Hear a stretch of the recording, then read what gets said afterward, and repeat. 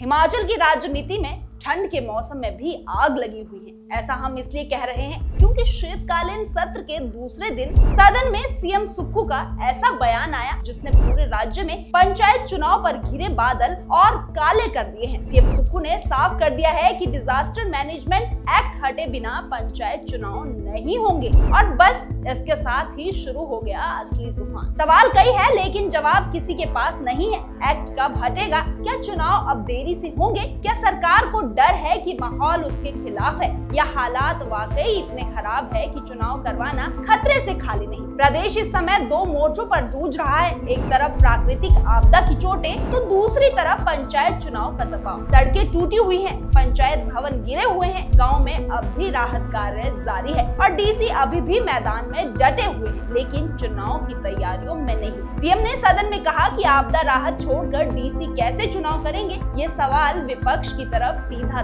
तीर बनकर गया, लेकिन बीजेपी इसे नहीं मानती। उनका आरोप साफ है, सरकार पंचायत चुनाव से बच रही है और डिजास्टर मैनेजमेंट एक्ट को हथियार की तरह इस्तेमाल किया जा रहा है। अब जनता पूछ रही है, कौन सच बोल रहा है, कौन छिपा रहा है क्या? अब फैक्ट्स देखिए, ये सिर्फ चुनाव नहीं, ये एक लॉजिस्टिक ऑपरेशन है। 21,147 बूथ, 45,000 कर्मचारी ड्यूटी पर, 10,000 पुलिसकर्मी तैनात, 100 करोड़ का खर्च और 631 पंचायत भवन पूरी तरह तबाह हुए हैं। अब आप सोचिए, इन टूटे कमरों में, इन दर की दीवारों के बीच चुनाव कैसे होगा? यही तो सरकार कह रही है कि हालत ठीक नहीं है। वही पंचायती राज मंत्री अनिरुद्ध सिंह की आवाज सदन में गूंजी और बोले, सरकार ने कभी नहीं कहा कि चुनाव स्थगित है, हम सिर्फ ये कह रहे हैं कि ग्राउंड कंडीशन चुनाव के लायक नहीं है। और फिर सदन में उठा वो सवाल जिसने विपक्ष को चुप कर दिया। Gujarat, UP, Maharashtra, Uttarakhand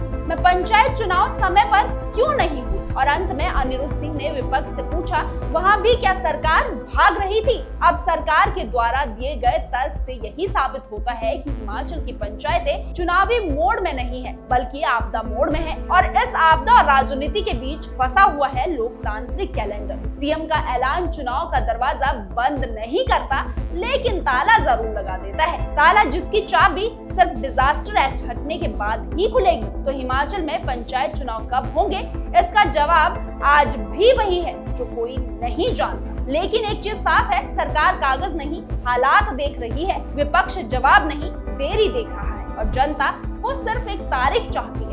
disaster act हटेगा तो चुनाव होंगे, लेकिन डिजास्टर एक्ट हटेगा कब? ये आज का सबसे बड़ा सवाल है। हम इस कहानी को फॉलो करते रहेंगे क्योंकि पंचायत चुनाव सिर्फ चुनाव नहीं, ये गांव की सरकार, गांव की आवाज और गांव का लोकतंत्र है। और साथ ही आपसे भी आशा करते हैं कि आप भी हमें अपने पंचायत की अपडेट जरूर दें। कमेंट बॉक्स में बताएं कि आपकी पंचायत भी आपदा से ग्रसित है या सुरक्षित है और यह भी जरूर बताएं कि सरकार जो तर्क दे रही है वो सही है या गलत। तो हमें कमेंट करना ना भूलें और अगर वीडियो अच्छा लगा हो तो वीडियो को शेयर जरूर करें और साथ ही हमारे पेज को फॉलो करना ना भूलें।